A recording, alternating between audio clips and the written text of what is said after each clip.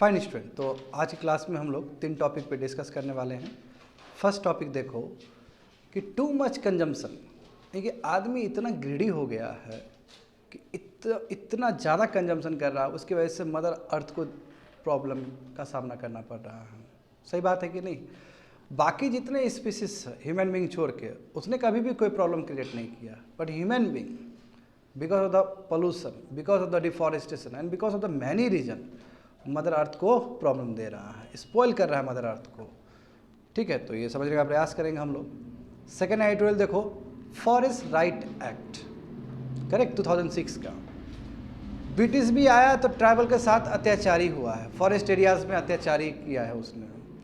उसके बाद भी भारत आज़ाद हुआ तो उसके बाद भी फॉरेस्ट डवेलर्स को जो हक मिलना चाहिए वो नहीं मिला, है ना। डैम प्रोजेक्ट, दुनिया भर का प्रोजेक्ट की वजह से उन लोग को जो हक मिलना चाहिए वो भी हक नहीं मिला। फाइनली 2006 में जो फॉरेस्ट राइट एक्ट आया तो उसने कोशिश किया है कि जो हिस्टोरिकल जो अनजस्टिस हुआ है डॉलर्स के साथ जो फॉरेस्ट में रहते हैं उसको जस्टिस प्रोवाइड करने का बात किया है, बट उसके बावजूद भी बहुत प्रॉब्लम है इस एक्ट में भी। ट्रू लेवल पे ये एक्ट को इम्प्लीमेंट ही नहीं किया गया है, तो समझने का प्रयास करेंगे ऐसा क्या प्रॉब्लम है इस एक्ट में भी। And last one which is very very important, malaria transmission. देख रहे हो ना, मलेरिया केसेस वर्ल्ड में ही बढ़ता चला जा रहा है। इनफैक्ट देखोगे अफ्रीका 95% जो केसेस है वो अफ्रीका में ही है, और 95% जो डेथ हो रहा है वो भी अफ्रीका से ही है। तो और इंडिया भी पीछे नहीं है। यदि साउथ एशिया में देखोगे ना तो इंडिया सब ज़रा बर्डन शेयर करता है मलेरिया का। एक तो मलेरिया का प्रॉब्लम देखो, ये जो मलेरिया का जो साइकिल है, पैरासाइट का जो साइकिल है वही सबसे पजलिंग साइकिल है। तो वैक्सीन इफेक्टिव नहीं हो पाता। अभी तक 2 वैक्सीन बने हैं इसके ऊपर। पहला वैक्सीन देखो RTS AS01। AS01 क्या है? तुम्हारा एडजुवेंट है, वही बूस्टर है, और केवल 50% ई वैक्सीन का 50% ही एफिकेसी है। दूसरा एक वैक्सीन बना है मैट्रिक्स-एम करके, ठीक है, तो वो भी उसमें 70% एफिकेसी है। सबसे बड़ा प्रॉब्लम होता है इसका लाइफ साइकिल बहुत ही कंफ्यूजिंग है ये पैरासाइट का। समझ गए ना? तो ये 3 एडिटोरियल्स को हम लोग लेने वाले हैं आज क्लास में। देखते हैं first one. With greedy consumption, we are spoiling ourselves and the mother earth.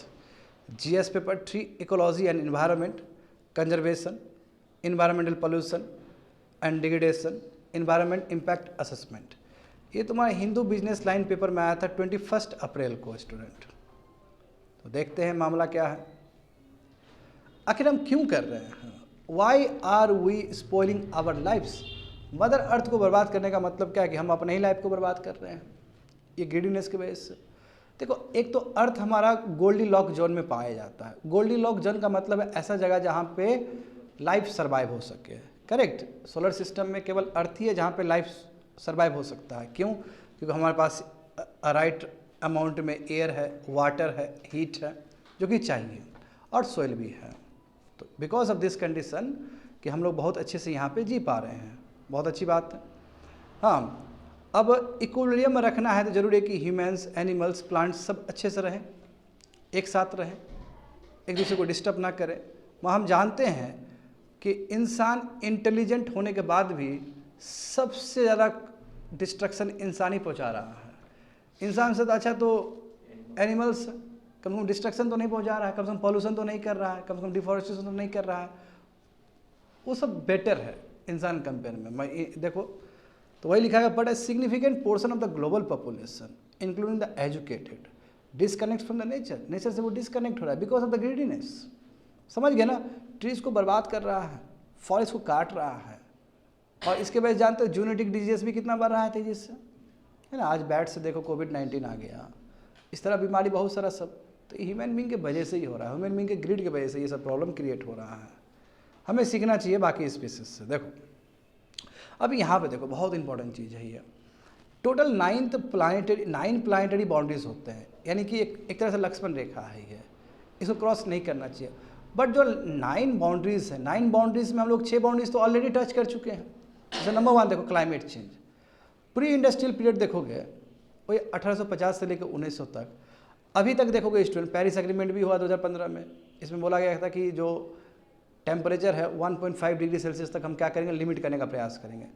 अरे भाई 1.4 डिग्री सेल्सियस तो पहले से हो चुका है, और पिछला साल जो 2023 हुआ था सबसे वार्मेस्ट ईयर था अभी तक का अर्थ का।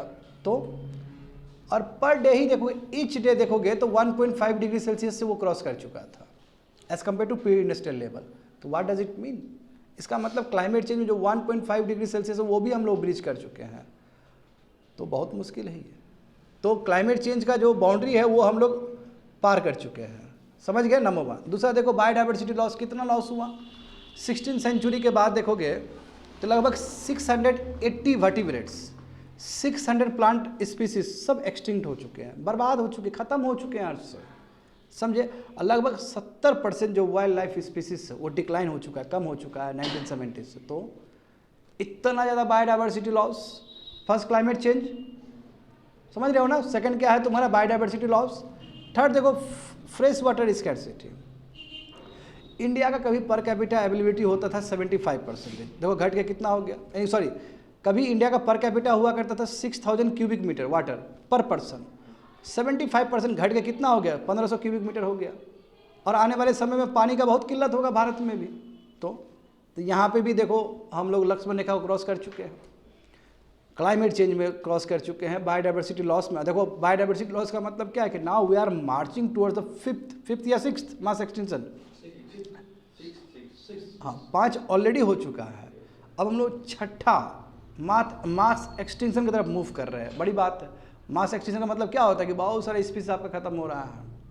हाँ, एक डायनासोरस भी एक मास एक्सटिंक्शन में ही खत्म हुआ था स्टूडेंट, तुम लोग को पता होना चाहिए। यह आया समझ में ना? तो क्लाइमेट चेंज को ब्रीच कर दिए, बायोडाइवर्सिटी लॉस को ब्रीच कर दिए, फ्रेश वाटर स्कैर्सिटी बहुत कम हो गया। लैंड यूज़ देखो, लैंड यूज़ देखो, जब भारत आज़ाद हुआ था तो उस समय 33% था वहाँ 1952 में फॉरेस्ट कवर, घट के देखो 21% हो गया। और थोड़ा यदि तुम ट्री कवर देखोगे तो 24% है, और भी ज़बरदस्ती थोड़ा बढ़ा के वो लाया गया है ना? 24, 25, 26 किया गया है। तो व्हाट डज इट मीन? इसका मतलब क्या कि फॉरेस्ट कवर जितना होना चाहिए इंडिया में वो भी नहीं है, इससे पहले बेटर था। याद करो Godavarman judgment case, forest conservation act बना, उसके वजह से तो थोड़ा कंट्रोल भी हुआ। उससे पहले 4 डिकेट्स देखेंगे, आज़ादी के बाद 4 डिकेट में तो बहुत ज़्यादा ही फॉरेस्ट काटा गया है। तब जाके सेंट्रल गवर्नमेंट ने क्या किया, फॉरेस्ट को कन्क्वेंट लिस्ट में डाला है। समझ गए? तो ये सब देखो 4 जो बाउंड्री है क्रॉस कर चुके हैं। देखो न्यूट्रिएंट पॉल्यूशन, यूट्रोफिकेशन हो रहा है कि नहीं हो रहा है? एग्रीकल्चर में एक्सेस फर्टिलाइजर यूज़ किए जा रहे हैं, इंडस्ट्री में एक्सेस न्यूट्रिएंट्स वहाँ से रिलीज हो रहा है, इसकी वजह से यूट्रोफिकेशन हो रहा है। यूट्रोफिकेशन का मतलब क्या है कि जो आपका मरीन जो इकोसिस्टम है वो बर्बाद हो रहा है, वहाँ पे अलगल ब्लूम हो रहे हैं, है कि नहीं? बताओ तो सन ब्लॉक हो जा रहा है, सनलाइट जो ब्लॉक हो जा रहा है, टॉक्सिन प्रोड्यूस हो रहा है वहाँ पे। तो ये खराब चीज़ है, बहुत गंदा चीज़ है। इससे क्या होगा? ओशन में यदि कोई भी दिक्कत होता है तो डायरेक्ट एटमॉस्फेयर को इम्पैक्ट पड़ने वाला है, जानते हैं? क्योंकि phytoplankton is a very very important part of our ocean. समझ गए? 6th वन देखो तो 5 तो क्रॉस कर ही दिए हमने। 6 देखो, 6 प्लास्टिक पोल्यूशन। देखो 19 से लेकर 23 million turns plastic annually produce किया जाता है, छोड़ा जाता है, एंटर हो रहा है, एक्वेटिक इकोसिस्टम में एंटर हो रहा है। बताओ इतना ज़्यादा, बताओ कितना कम इसका रिसाइकलिंग होता है। हाँ, और इसके वजह से लगभग 3 से लेकर 4% global green house gas emit हो रहे हैं। तो प्लास्टिक पोल्यूशन की वजह से। हाँ, प्लास्टिक ओवरशूट डे भी मनाते हैं इसके लिए हम लोग, वेरी गुड। अब यहाँ समझो स्टूडेंट, और देखो इंडिया मात्र 7 दिन ही रिसाइकल कर पाता है पूरा 1 साल का, पीछे से थर्ड है ना? पीछे से थर्ड वन है हम लोग। सर हम लोग का जून 3 को, जनवरी 3 हाँ, वो भी 7 दिन भी नहीं कर, 6th ना? 3 को है। अच्छा, ऐसे कुछ है। चलो ना, 1 हफ्ता भी हम लोग रिसाइकल नहीं कर पाते हैं। चलो 1-2 दिन पे क्या लड़ना स्टूडेंट? बस 365 सोचो, 365 दिन जो हम लोग प्लास्टिक प्रोड्यूस करते हैं, हम लोग 1 हफ्ता भी उस ठीक से वो नहीं कर पा रहे, रिसाइकल नहीं कर पा रहे। बात तो ये है, यानी कि कितना ज़्यादा प्लास्टिक प्रोड्यूस होता है, रिसाइकलिंग में कुछ नहीं है, सर्कुलर इकोनॉमी में 0। तो प्रॉब्लम है, देख रहे हो ना? और केवल इंडिया का नहीं, वर्ल्ड का ही प्रॉब्लम है प्लास्टिक पोल्यूशन। तो अब यहाँ पे देखते चलो, 9th का जो बाउंड्री था, 9 नंबर का जो बाउंड्री है, इसको क्रॉस नहीं करना चाहिए। 6 तो ऑलरेडी क्रॉस कर चुके हैं, अब बचा 3 क्रॉस नहीं किए हैं। मगर देखो जिस तरह हालत रहा, ग्रीडीनेस रहा, इसको भी क्रॉस कर जाएंगे। ओशन एसिडिफिकेशन जानते हो ना, ओशन एसिडिफाई हो रहा है, इसके वजह से फाइटोप्लैंक्टन को दिक्कत होगा, इसकी वजह से कोरल लीव्स को दिक्कत होगा। Coral leaf and zooxanthellae algae symbiotic relation है कि नहीं है? दोनों ब्रीच हो जाएगा तो दिक्कत हो जाएगा ना, फिर नीचे का जो मरीन इकोसिस्टम है वो पूरा बर्बाद हो जाएगा स्टूडेंट। ओशन एसिडिफिकेशन होना शुरू हो गया, बट अभी पीक लेवल पर नहीं है। आदमी यदि इसी तरह करते रहा ग्रीन हाउस गैस होते रहा, है ना, सनलाइट बहुत ज़्यादा पहुँचेगा यदि वहाँ पे, तो प्रॉब्लम होगा, बहुत बड़ा प्रॉब्लम हो जाएगा। एयर पोल्यूशन देखो, एयर पोल्यूशन ऑलरेडी ये प्रॉब्लम है, वहाँ अभी एक्सट्रीम लेवल पे नहीं गए हम लोग। इंडिया में तो बहुत बड़ा समस्या है air pollution. And last one is ozone depletion. चलो ओजन डिप्लेशन को लेकर तो काम किया है पूरा वर्ल्ड में, ठीक है, बहुत अच्छा काम। मॉन्ट्रियल प्रोटोकॉल सब देखोगे, किगाली एग्रीमेंट देखोगे, तो मैं ये 3 में बचे हुए हैं। मगर बचने का मतलब भी ऐसा नहीं कि पूरा सेफ है हम लोग, यहाँ पे भी कभी भी ब्रीच किया जा सकता है। तो देख रहे हो ना, 9 जो प्लानिटरी मिशन है, 9 जो प्लानिटरी जो बाउंड्रीज है, उसमें हम लोग 6 ऑलरेडी क्रॉस कर चुके हैं। तो ये सब इंसान का ग्रीडीनेस दिखता है कि इंसान पूरा मदर अर्थ को पूरा बर्बाद कर दिया, समझे। आगे देखो student, what are the reasons. Reasons क्या है, देखो ह्यूमन एरोगेंस, देख रहे हो, डायरेक्ट लिखा जा रहा है ह्यूमन एरोगेंस। हम ये भी कर लेंगे, हम वो भी कर लेंगे। भाई ज़्यादा करने के चक्कर में मदर अर्थ ही बर्बाद हो रहा है। हाँ, और उसकी वजह से जो अर्थ का जो अपना इक्विलिब्रियम स्टेज है, जहाँ पे अर्थ खुद मेंटेन करती है ना, लोग देखते हो कितना बड़ा दलील देता है, हम नहीं खाएंगे तो कौन खाएगा। अरे भाई तुम नहीं था फिर भी अर्थ चल ही रहा था, और बेटर चल रहा था अर्थ। हाँ, इंसान नहीं होने की वजह से और बेटर चल रहा था, एकदम शुद्ध वातावरण। अभी लोगों को पता चल रहा है कि अभी जिस हिसाब से क्लाइमेट चेंज परिवर्तन हुआ, इस बार देखे हो ना, इस बार का जो हीट वेव्स है, देखो ये भी तो क्लाइमेट चेंज का ही इम्पैक्ट है। क्या 2019 में गर्मी नहीं होता था क्या 2020 में गर्मी नहीं होता था क्या, मैं इस लेवल पर थोड़ी होता था। तो हाईएस्ट इंटेंसिटी वाला गर्मी हो रहा है अभी क्लाइमेट चेंज की वजह से। बात समझे। देखो तो इक्विलिब्रियम जो स्टेज है अर्थ का वो ख़राब हो जा रहा है। अब देखो कोविड-19 आउटब्रेक जो हुआ 2019 में, ये भी तो आज यही इम्बैलेंस की वजह से ही हुआ। ना हम फॉरेस्ट काटते, ना हम एनिमल के डोमेन में जाते, ना एनिमल के घर में जाते, ना ये सब चीज़ होता। तो बार बार दूसरा इंक्रोच करने के चक्कर में ये सब चीज़ हुआ है, समझे, ग्रीडीनेस की वजह से। आगे देखो स्टूडेंट, अब देखो एक नया प्रॉब्लम प्लास्टिक का। प्लास्टिक का कितना बड़ा प्रॉब्लम है, प्लास्टिक प्रॉब्लम बहुत बड़ा प्रॉब्लम है। देखो प्लास्टिक कब इन्वेंट किया गया, 1907 में इसको इन्वेंट किया गया बेल्जियन लियो बैकलैंड के द्वारा। ड्यूरेबिलिटी स्ट्रॉन्ग, एफोर्डेबिलिटी है, एस्थेटिक अपील है, यानी कि आदमी कोई भी यूज़ कर सकता है, बहुत इजी टू यूज़ ना, इजी टू हैंडल, पोर्टेबल होता है प्लास्टिक सब। अब इसके वजह से क्या हुआ, देखो इसके वजह से देखो food and beverage industry 31% use कर रही है प्लास्टिक को, bottle and container caps 16%, plastic bags देखो 11%, straw beverage bottles container 7%, additional देख रहे हो ना, ये अलग अलग जगह पे इंडस्ट्री में यूज़ हो रहा है प्लास्टिक सब। प्लास्टिक खूब यूज़ होता है। देखो जितने भी टॉयज़ है, खिलौना सब है, 99% तो तुम्हारा प्लास्टिक से ही बना रहता है। मोबाइल फ़ोन भी देखते हो बच्चा लोग जो खेलता है प्लास्टिक से ही बना हुआ है ना। ट्रेन भी बच्चा लोग जो खेलता है वो भी प्लास्टिक से ही बना रहता है। सवाल भी लेके आते हो तो प्लास्टिक वाला ही सवाल लेके आते हो, समझे ना। एसिड भी प्लास्टिक में ही रखा जाता है, बोतल में ही रखा जाता है, आया समझ में ना। तो हर जगह ही तुम बैठे हो जो क्लास में, वो भी प्लास्टिक से ही बना हुआ है कि नहीं है। अच्छा, प्रॉपर्टी भले ही डिफरेंट हो, everywhere we can find the use of plastics. तो केवल प्लास्टिक यूज़ करने से नहीं चलेगा जी, प्लास्टिक का ठीक से रिसाइकल भी होना चाहिए, रीयूज़ भी होना चाहिए। फाइबर बहुत, सॉरी फाइबर बोले, प्लास्टिक बहुत टाइप का होता है, हम लोग बात की है ना। Plastic can be various types, खाली ये पॉलीथीन ही प्लास्टिक नहीं है बच्चों लोग। हाँ, अब बहुत सारा प्लास्टिक आपका रिसाइकल भी होता है, बहुत सारा प्लास्टिक रिसाइकल नहीं होता है, हम लोग चर्चा कर चुके हैं पहले भी। यहाँ पे देखो, अब प्लास्टिक का सबसे बड़ा प्रॉब्लम क्या है, 1000 साल लगता है इसको डिकम्पोज होने में। टॉप सोइल के साथ मिक्स हो गया तो बेचारा जो सोइल के पास जो प्रॉपर्टी होता है वाटर को रिटेन करने का, वो प्रॉपर्टी भी खत्म हो जाएगा उसका। तो फिर पानी जाएगा कहाँ से। यदि प्लास्टिक सोइल के ऊपर लेयर में, टॉप सोइल में जाके जमा हो जाए, इकट्ठा हो जाए, तो फिर सोइल को वाटर कहाँ से मिलेगा। तो सोइल का जो रिटेंटिव प्रॉपर्टी है, मॉइस्चर होल्डिंग प्रॉपर्टी, वो सब बर्बाद हो जाएगा। स्टूडेंट आया समझ में ना। देखो how does the environment degradation take place from plastic, कैसे होता है तो जान रहे हो। अब कहीं आँख बंद करके आप क्या कर रहे हो, इम्प्रॉपर डिस्पोज कहीं भी फेंक दे रहे हो, सोइल बर्बाद हो जा रहा है। इंसिनरेशन, देखो जहाँ से आप प्लास्टिक सबको आप क्या करते हो, बड़े बड़े मशीन्स में ले जाके करते हो ना, उसको बंद करते हो उसको। हाँ, थर्मल पावर प्लांट में इंसिनरेशन मशीन होता है कि नहीं होता है, उससे भी तो बहुत दुनिया भर का टॉक्सिन निकलता है, दुनिया भर का पॉइजनस गैस सब निकलता है। वो एयर को बर्बाद करेगा, वो वाटर बॉडी को बर्बाद करेगा, क्योंकि आखिर इंडस्ट्रियल जो प्रोडक्ट सब जाता है वाटर बॉडी सब में, एयर सब में जाएगा। माइक्रो प्लास्टिक देखो कितना बड़ा समस्या है, माइक्रो प्लास्टिक है ना। कोलगेट में माइक्रो प्लास्टिक है, माइक्रोबीड्स है। Microbeads is a part of your micro plastic, cosmetic items में यूज़ करते हो, जा रहा है डायरेक्ट जा रहा है तुम्हारा सी में जा रहा है, वाटर बॉडीज़ में जा रहे हैं, हार्मफुल केमिकल रिलीज हो रहा है, ठीक है, जो वाइल्ड लाइफ स्पीसीज से प्रॉब्लम है, इकोनॉमिक इकोसिस्टम डिसरप्शन हो रहा है, इससे बायोडाइवर्सिटी रिड्यूस हो रहा है, देखते हो ना फूड चेन के थ्रू फिर से आएगा वापस। तो है समस्या है, प्लास्टिक तो अभी सबसे बड़ा बजवर्ड है स्टूडेंट। अब प्लास्टिक को लेके ज़्यादा सरकार कुछ करती है तो फिर उतना इफेक्टिव दिखता ही नहीं है गवर्नमेंट का भी।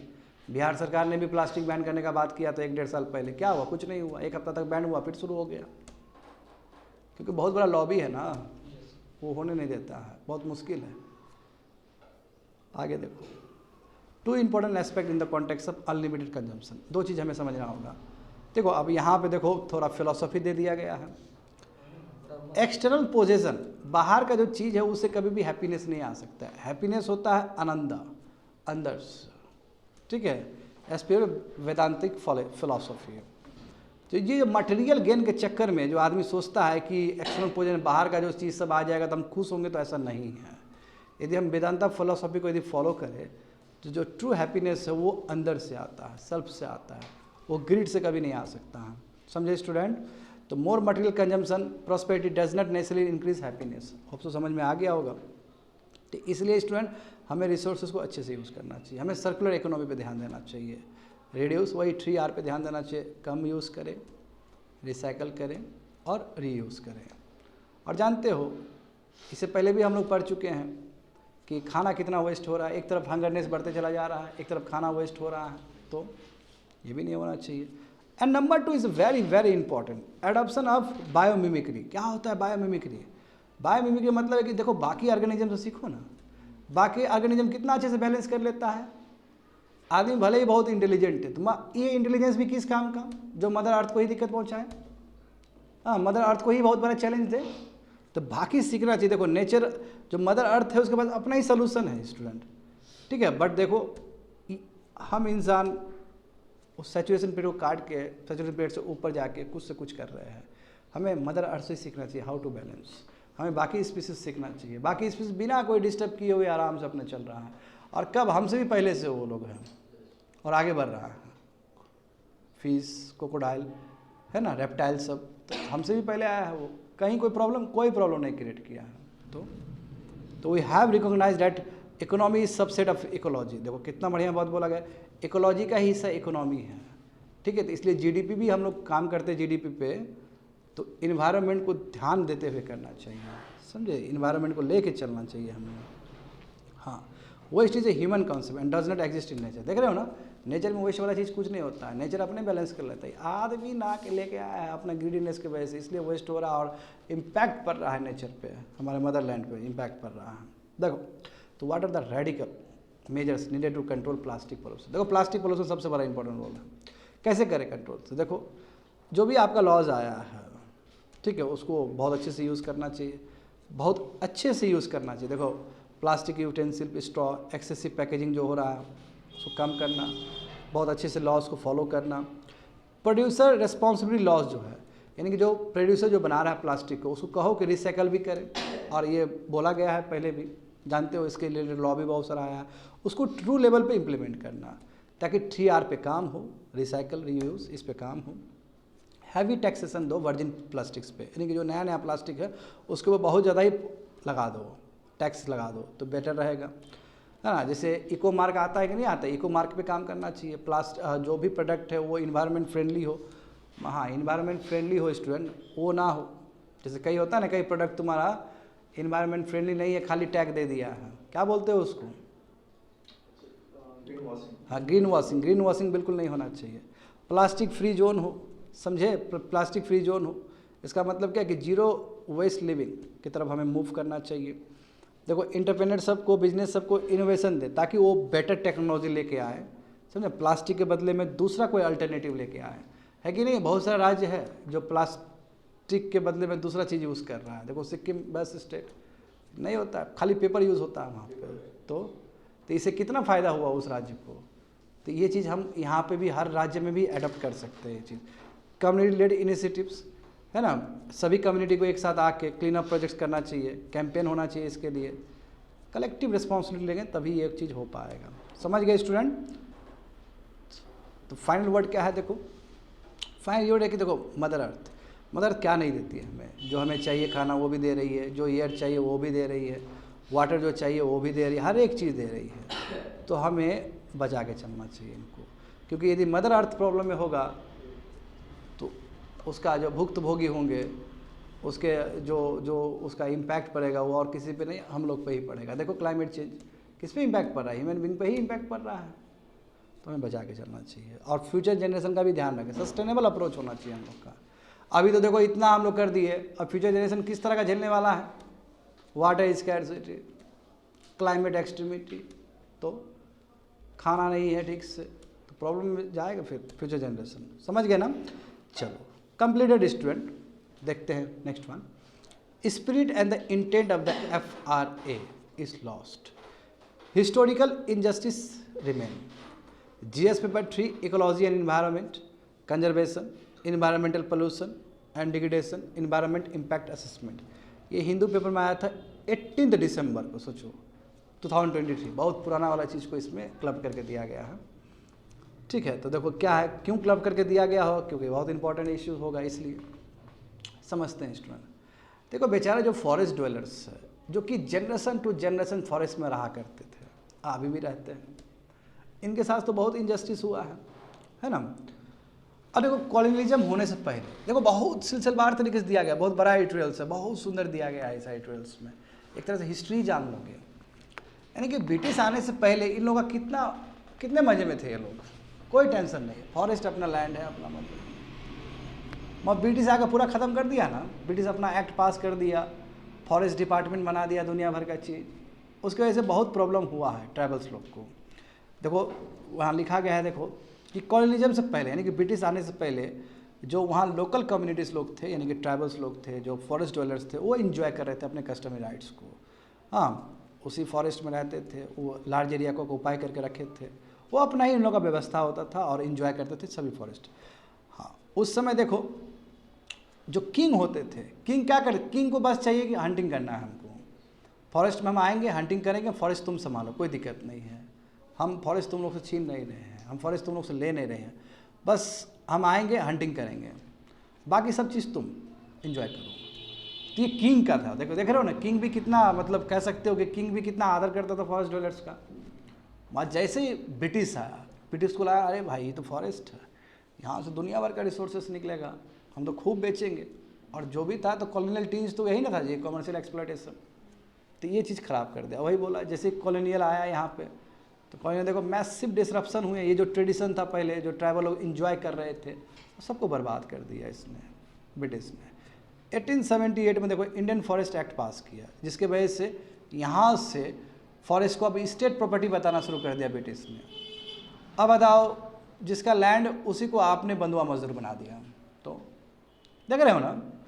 और उसके बाद देखो पूरी तरीके से बर्बाद कर दिया। फॉरेस्ट डिपार्टमेंट बनाया गया, इंपीरियल फॉरेस्ट डिपार्टमेंट इस्टेब्लिश किया गया, मैक्सिमाइज टिम्बर प्रोडक्ट यानी कि फॉरेस्ट से टिम्बर निकाला गया, वही फर्नीचर से, ठीक है।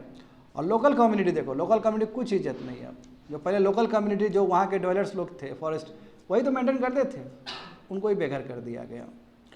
इनफैक्ट उन लोगों को लैंड दिया गया, उन लोगों को ज़मीन, वही अपना ही ज़मीन उसको दिया गया, और वहाँ पे मजदूर बना के काम करवाया गया उससे। और यदि खुश नहीं रहेगा ब्रिटिश तो ज़मीन भी ले लेगा। कितना गलत चीज़ हुआ। देखो वही देखो, colonial forest policy cause huge injustice, देख रहे हो ना। क्योंकि फॉरेस्ट देखो इन लोगों के नज़र में, ब्रिटिश के नज़र में फॉरेस्ट का मतलब टिम्बर, समझ गए ना। और शिफ्टिंग कल्टीवेशन बैन कर दिया। शिफ्टिंग कल्टीवेशन अभी थोड़ी चल रहा है, जनरेशन टू जनरेशन चला। हालांकि ये अच्छा चीज़ नहीं है शिफ्टिंग कल्टीवेशन, मैं इसका अपना ओरिजिनलिटी था ट्राइबल्स लोग का, ये बैन करवाया उसने। और देखो वहाँ पे सर्वे वगैरह हुआ, हाँ सर्वे वगैरह हुआ, बोला कि नो स्टेट का ही प्रॉपर्टी रहेगा लैंड सब। अभी भी देखो स्टेट का ही प्रॉपर्टी है फॉरेस्ट सब।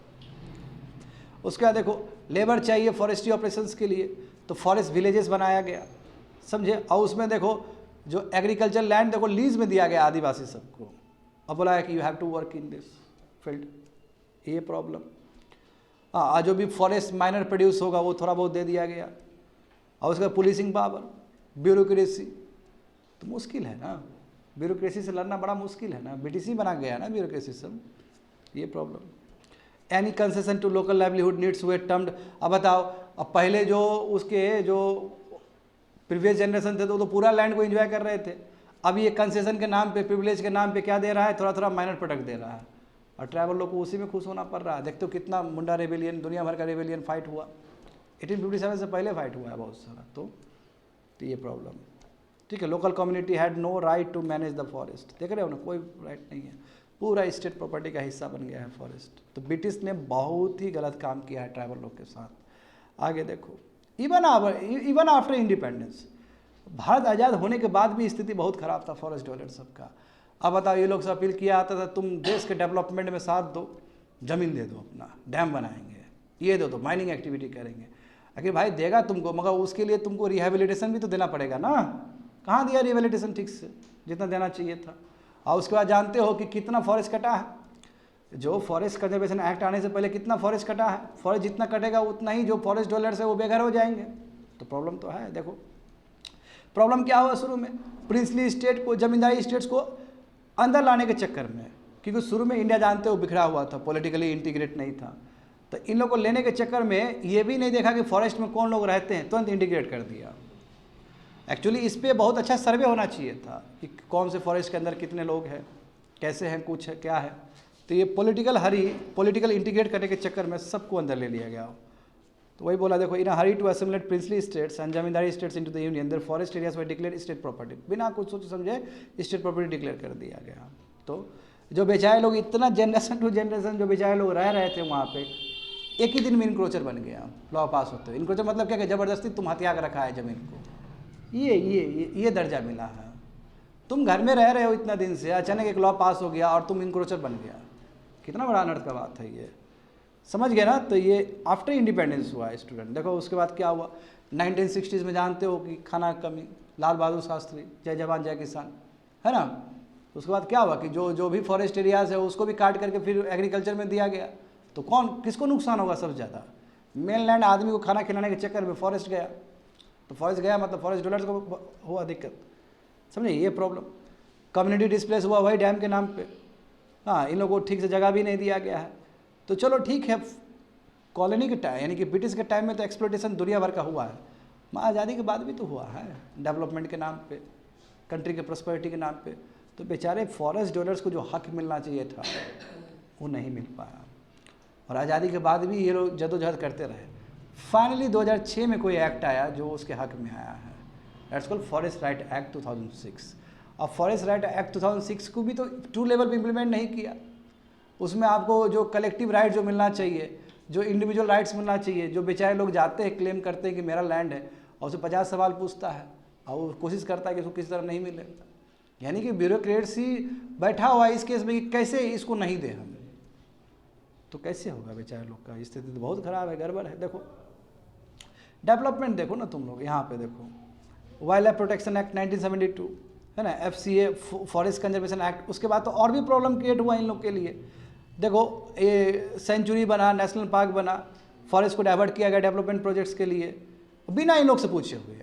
अब भाई इन लोग का घर यदि तुम डाइवर्ट कर रहे हो तो पूछना चाहिए ना, पूछना चाहिए, कंसेंट लेना चाहिए। फॉरेस्ट एक्ट में कंसेंट है कि नहीं है, कुछ भी चीज़ करेंगे तो कम से कम ठीक है, अंतिम में है तो उसमें कंसेंट है कि नहीं है, लेटर स्टेज में है ना, लेटर स्टेज में है कि आपको इन्वायरमेंट इम्पैक्ट असेसमेंट का बात कर रहा हूँ स्टूडेंट, कि बाद में आपको जो वहाँ के फॉरेस्ट डीलर से उसे आपको परमिशन लेना पड़ेगा, मतलब आपको अप्रूवल लेना पड़ेगा। हाँ कंपलसरी नहीं है बट लेना पड़ता है। तो देखो ये उस समय तो नहीं लिया गया, बहुत सारे डेवलपमेंट प्रोजेक्ट्स बने, दुनिया भर का चीज़ बना, ठीक है, पार्क बना, मगर कुछ पूछा नहीं गया इन लोग से। दूसरी बात है कि बहुत सारे प्रोजेक्ट्स से तो बहुत कमाई हुआ है ना, डैम बना तो बहुत प्रोजेक्ट कमाई, बड़ा बड़ा इंडस्ट्री बना होगा तो बहुत कमाई, मगर कमाई का 1% भी बेचारे लोगों को गया है क्या, नहीं गया है। तो नहीं गया इन लोग को। तो ये तो शुरू में तो बोल ही रहा था ट्राइबल्स लोग, हम देश के लिए इतना कुछ किया, हमको क्या मिला, कुछ नहीं मिला। सही बात में कुछ में ही नहीं मिला।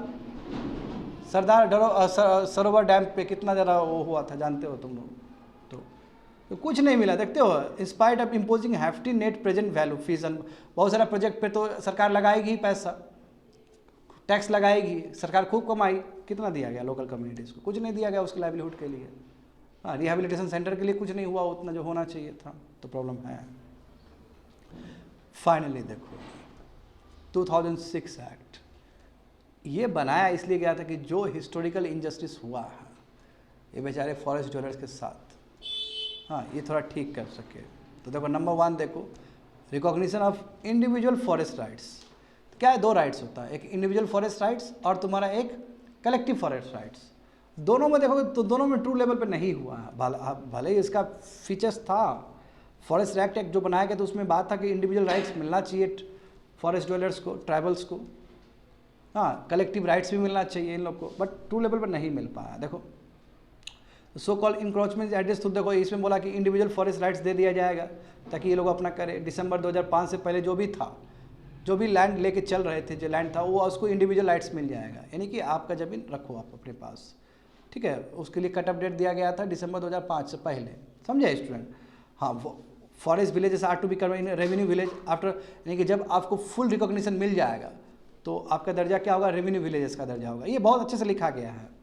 हाँ विलेज कम्युनिटी का ही बात किया गया था। देखो कि इशू अब पहले देखो क्या था कि विलेज कम्युनिटी, देखो इसमें दे दिया गया कि आप एसेस कर सकते हो, फॉरेस्ट को यूज़ कर सकते हो, माइनर फॉरेस्ट प्रोड्यूस को आप सेल कर सकते हो आसपास एरिया में, ठीक है। आप फॉरेस्ट मैनेज कर कस्टमरी बाउंड्री, यानी कि सेंचुरी नेशनल पार्क के आसपास आप रह सकते हो, कोई प्रॉब्लम नहीं है। पूरी तरीके जो सेंट्रलाइज पावर था यूनियन का, उसको डिसेंट्रलाइज करने का प्रयास किया गया था इस राइट्स में, ताकि इन लोग को भी हक मिल सके। तो फीचर्स तो बहुत अच्छा फीचर्स था, मगर क्या सवाल ये है स्टूडेंट, सवाल सबसे बड़ा ये है कि जो इतना नोवल फीचर्स सब है इसमें फॉरेस्ट राइट एक्ट में, क्या इसको ट्रू लेवल पे इम्प्लीमेंट किया गया है? तो आंसर है नो, नहीं किया गया है। अभी भी जरा दर दर भटकता है। देखो एक तो ट्रैवल्स पढ़ा लिखा नहीं होता उतना ज़्यादा, तो क्या बुझने आएगा, अब ब्यूरोक्रेट आराम ठग लेगा उसको। आगे देखो वाइल्ड लाइफ कंजर्वेशन, देखो यहाँ भी प्रॉब्लम, द एक्ट डाउन से डेमोक्रेटिक प्रोसीजर, सॉरी प्रॉब्लम, ये तो अच्छा फीचर्स है, प्रॉब्लम तो हुआ बाद में। देखो forest conservation rules 2022, forest conservation amendment 2023 इस बार जो आया, तो ये भी कहीं ना कहीं जो राइट जो मिल रहा था पहले फॉरेस्ट राइट एक्ट, उसको बाईपास किया है, उसको क्रॉस किया है। देखो तो वाइल्ड लाइफ कंजर्वेशन में क्या बात था कि the act lays down a democratic procedure for identify whether and where wildlife conservation में रिक्वायर कटलिंग और स्टिंग। एक इसमें ये बात है कि वाइल्ड लाइफ कंजर्वेशन के लिए कहाँ पे लोगों को हटाया जाए, निकाला जाए। हर जगह तो नहीं निकाल सकते आप लोग, ठीक है।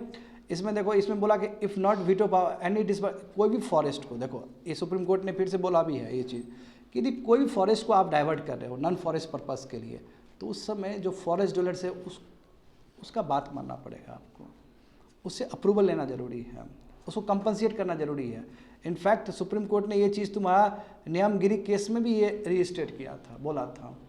हकीकत में क्या होता है, ट्राइबल का घर बेघर हो गया, वहाँ प्रोजेक्ट पास हो गया, उसको खुद पता नहीं है, समझ गए ना। तो इसमें देखो वाइल्ड लाइफ कंजर्वेशन में था, यानी कि आपका फॉरेस्ट राइट एक्ट में ये बात है। बाद में सुप्रीम कोर्ट ने भी इस चीज़ को फिर से रीअफर्म किया है। मगर देखो अभी जो सफारी जू बन रहा है जिस हिसाब से, है ना, गोड़ा बर्मन जजमेंट केस भी सुप्रीम कोर्ट ने फिर से रिट्रेट कर दिया कि नो डिस्टिंक्ट डेफिनेशन फॉरेस्ट का, क्योंकि forest important for the forest dwellers. Most state focus solely on the individual rights and projected the act as a encroachment regulation scheme. बताओ अधिकतर जो स्टेट्स है वो केवल इंडिविजुअल राइट्स पे फोकस कर रहा है, वो भी ट्रू लेवल पे इंडिविजुअल राइट्स भी नहीं दे रहा है। देखो ये लोग स्टेट के मन में पहले से धारणा ये है कि जो फॉरेस्ट ड्वेलर है वो ज़बरदस्ती कब्जा के बैठा हुआ है। जब ब्यूरोक्रेट्स ऐसा सोचे कि ज़बरदस्ती, तो उसका फिर तरीका जो होगा ना वो फ्रेंडली तरीका नहीं होगा, वो निकालने का तरीका होगा। स्टेट का यही सबसे बड़ा प्रॉब्लम है, इसलिए तो लड़ता है नक्सलाइट सब, मेन रीज़न यही तो है। वो अपना ज़मीन के लिए, अपना जो भी जंगल ज़मीन के लिए कब से जदोजहद कर रहा है, कब से लड़ रहा है वो। अब उसी को मार के अपना ही भाई को, हम ये उसके पक्ष में नहीं है मगर उसका मजबूरी हम बोलना चाहते हैं। आदिवासी लोग अभी से फाइट कर रहा है, कब से फाइट कर रहा है। तो यहाँ पे देखो वही चीज़ लिखा गया है कि जो इंडिविजुअल आपका जो फॉरेस्ट राइट्स है वो भी जो किया जाता है ना, वो भी बहुत अच्छे से नहीं किया जाता है, मतलब वो भी अच्छे से दिया नहीं जाता है। टेक्नोलॉजी का मिसयूज़ करता है, बहुत सारा डिपार्टमेंट तो एक्टिव ही नहीं है इस चीज़ को लेके। क्लेमेंट जो है देखो बहुत हार्डशिप है क्लेमेंट्स को, जो क्लेम कर रहा है अपना, है ना, बार बार वो जाएगा, बार बार रिजेक्ट कर देगा उसके अप्रूवल को, ठीक है। अब देखो यहाँ पे एक तो पुअर कनेक्टिविटी लिटरेसी भी अच्छा नहीं है, तो उसको बोला है कि जाओ तुम वन मित्रा सॉफ्टवेयर एमपी में बना था इस चीज़ के लिए। जैसे अब हम ट्राइबल को बोले कि जाओ कंप्यूटर में जाओ वहाँ पे अपलोड कर दो, तो क्या कर पाएगा ये लोग? तो तुम जानबूझ के उसको सता रहे हो ना, उसको कंप्यूटर क्या बुझने आएगा ट्राइबल्स लोग को। देखो एमपी ने कुछ एक बनाया, वन मित्रा सॉफ्टवेयर बनाया और आपको क्लेम करने के लिए, जो ट्राइबल्स है वो क्लेम करने के लिए, क्या बुझने आएगा इन लोग को? इतना कम लिटरेसी है। अरे भाई इन लोग का विलेज पंचायत वाला लेवल पे होना चाहिए ना बात, तो नीचे जाकर काम करना चाहिए। ये सॉफ्टवेयर वाला ये सब ऑनलाइन वाला चीज़ इन लोगों को नहीं आएगा, तो प्रॉब्लम ये भी है स्टूडेंट। बिगेस्ट लकुना देखो, बिगेस्ट लकुना क्या है कि कम्युनिटी राइट्स रिकॉग्नाइज नहीं करता है। चलो इंडिविजुअल राइट्स थोड़ा बहुत भी कर रहा है, तो कम्युनिटी राइट्स नहीं कर रहा है, ये सबसे बड़ा प्रॉब्लम। हाँ, मगर कुछ राज्य ऐसे हैं, महाराष्ट्र, उड़ीसा और रिसेंटली छत्तीसगढ़, ये देखो कम्युनिटी राइट्स पे भी आप काम करना शुरू कर दिए हैं। तो सब्सटैंशियल ट्राइबल पॉपुलेशन यहाँ पे है, हम जानते हैं, छत्तीसगढ़ सब, उड़ीसा सब, है ना। मगर देखो सबसे बड़ा प्रॉब्लम देखो वहाँ ही लिखा है 70 to 90% जो फॉरेस्ट सेंट्रल इंडिया में है वो सब कम्युनिटी फॉरेस्ट राइट्स के अंदर आते हैं एक असेसमेंट के हिसाब से। और चाहता देखो यहीं पे ना बात था कि अरावली रेंज में आसपास बहुत कुछ बनेगा, बनने का बात है, फॉरेस्ट डाइवर्ट होना, तो व्हाट डज इट मीन? इसका मतलब कि ब्यूरोक्रेट जानबूझ के नहीं चाहता कि कम्युनिटी राइट्स मिले इन लोग को, ठीक है, वो जानबूझ के फंसा देता बहुत सारा चीज़ को लेकर। देखो जो डिपार्टमेंट है, पॉलिटिकल रिप्रेजेंटेटिव है, वो फॉरेस्ट डीलर को लाभार्थी के रूप में जान रहे हैं, बेनिफिशियरी, काहेगा बेनिफिट, उसका अपना घर है, वो बेनिफिशियरी वो ना जो एक्स्ट्रा चीज़ देते हैं तब उसको बेनिफिशियरी कहा जाता है, ये काहेगा बेनिफिशियरी। तो ये लोग को बेनिफिशियरी के रूप में देखा जा रहा है। एक तो माइंडसेट चेंज करने की जरूरत है, समझे, माइंडसेट चेंज करने की जरूरत है। देखो तो फॉरेस्ट ब्यूरोक्रेसी क्या है कि वो जो एफआरए का जो ओरिजिनल जो इंटेंट है स्टूडेंट, एफआरए बना इसलिए गया था कि ताकि जो इनजस्टिस हुआ है फॉरेस्ट डीलर के साथ वो ना हो सके। मैं बताओ ब्यूरोक्रेसी कितना वो समझ रहा है उस चीज़ को, तो यहाँ प्रॉब्लम है, समझे। तो जो हिस्टोरिकल इंजस्टिस है वो अभी भी कंटिन्यू है, कह सकते हो। मैं कुछ राज्य है जो काम कर रहे हैं, बट ट्राइबल्स के लिए तो बहुत मुश्किल है। हम देख रहे हो ना कि कम्युनिटी राइट्स देने के लिए तैयार ही नहीं है, इंडिविजुअल राइट्स भी दे रहा है, तो उसमें भी दुनिया भर का चैलेंजेस कंप्लीटेड। आगे देखते हैं, देखो RTS-SAS-01। अब देखो ये क्यों आया है, ये मलेरिया वैक्सीन है, ठीक है, 2 मलेरिया वैक्सीन है जिससे मैंने कहा है, एक ये है, इसका 50% ही एफिकेसी है, 50% ही ठीक है, ठीक है, उतना अच्छा नहीं है वैक्सीन, और दूसरा मैट्रिक्स एम है, ठीक है, तो वो सेकंड वाला है ये। तो ये देखो कैमरून, कैमरून जानते हो ना, अफ्रीकन का एक कंट्री है, अफ्रीकन कंटिनेंट का एक कंट्री है, वहाँ पे अब इम्यूनाइजेशन जैसे हम लोग का है ना इंडिया में यूनिवर्सल इम्यूनाइजेशन प्रोग्राम, तो वहाँ पे ये वैक्सीन को पूरी तरीके से प्रोग्राम के अंदर डाल दिया गया है, ठीक है। तो देखते हैं हम लोग syllabus, GS paper 2 social justice and governance, issues relating to development and management of social sector और services relating to health education and human resources. और ये हिंदू पेपर में आया था 28 जनवरी को, ये भी थोड़ा ओल्ड इशू है, समझे। तो देखते हैं मामला क्या है, आखिर कैमरून ने क्यों डाला है, क्यों, फॉर व्हाट रीजन। देखो जनवरी 22 को कैमरून जो अफ्रीका का फर्स्ट कंट्री बना वर्ल्ड में जिसने RTS को नेशनल इम्यूनाइजेशन सर्विस में इंटीग्रेट कर दिया, उसको मैंडेटरी कर दिया। देखते हो ना, हम लोग भी बहुत सारा किए ना, अभी फिलहाल सर्विकल कैंसर को ठीक करने के लिए उसमें डाले हैं हम लोग वैक्सीन को। WHO के हिसाब से देखो कि इस तरह, उसके बाद देखो घाना में, केनिया में, मालावी में, 20 और भी कंट्री में इस तरह होगा, प्रोग्राम चलेगा 2024 में। क्योंकि देखो मलेरिया जो केस है, कहो ये सर क्यों अफ्रीका, क्योंकि 95% जो केसेस वर्ल्ड में वो अफ्रीका में ही है।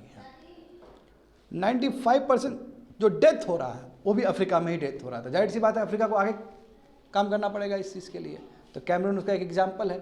साथ में कैमरून के साथ और भी कंट्रीज सब, अफ्रीकन कंट्रीज सब, घाना, केनिया, मालावी, वो भी करने वाला, और भी 20 कंट्रीज। समझिए स्टूडेंट, देखो मलेरिया देखो लाइफ थ्रेटनिंग डिजीज पैरासाइट्स के वजह से होता है, समझे। और कौन काटता है इसका, जो यही वेक्टर बॉर्न डिजीज यही है, फीमेल एनाफोलिस मस्कीटो, है ना, फीमेल एनाफोलिस मस्कीटो से काटने की वजह से होता है। बट एजेंट कौन सा, ये तो तुम्हारा वेक्टर बॉर्न डिजीज हो गया, बट है क्या, पैरासाइट्स है वो, समझे, पैरासाइट। हाँ प्रिवेंटेबल है, क्यूरेबल है अनडाउटली। आगे देखो स्टूडेंट, तो ग्लोबल मलेरिया का देखते हैं थोड़ा। देखो मलेरिया रिपोर्ट देखो 2023 का, देखो अफ्रीका देखो सबसे हाईएस्ट, देख रहे हो ना, 94% केसेस और 95% तुम्हारा ग्लोबल डेथ 2022 में। इंडिया देखो, इंडिया भी बहुत, साउथ ईस्ट एशियन रीजन में देखो इंडिया भी 66% कर रहा है, यानी कि इस रीजन में देखोगे, साउथ ईस्ट एशिया रीजन में इंडिया भी आता है ना जी, साउथ और ईस्टर्न दोनों मिला के इंडिया के पास कितना बीमार, 66। तो इंडिया और इंडोनेशिया दोनों को जोड़ दे तो 94% केसेस हो जाएगा इस रीजन में। इंडोनेशिया में बहुत बीमारी है। हाँ इंडिया में देखो 55% रिड्यूस हुआ, 2015 से लेकर अभी तक देखोगे तो 55% रिड्यूस हुआ, और उसके बाद भी इंडिया अभी भी सबसे ज़्यादा शेयर करता है ये बीमारी। हाँ इंडिया का विजन था कि 2030 तक हम एलिमिनेट कर देंगे, ठीक है, 2027 तक हम मलेरिया फ्री कर देंगे और कम्प्लीटली रिमूव कर देंगे 2030 तक।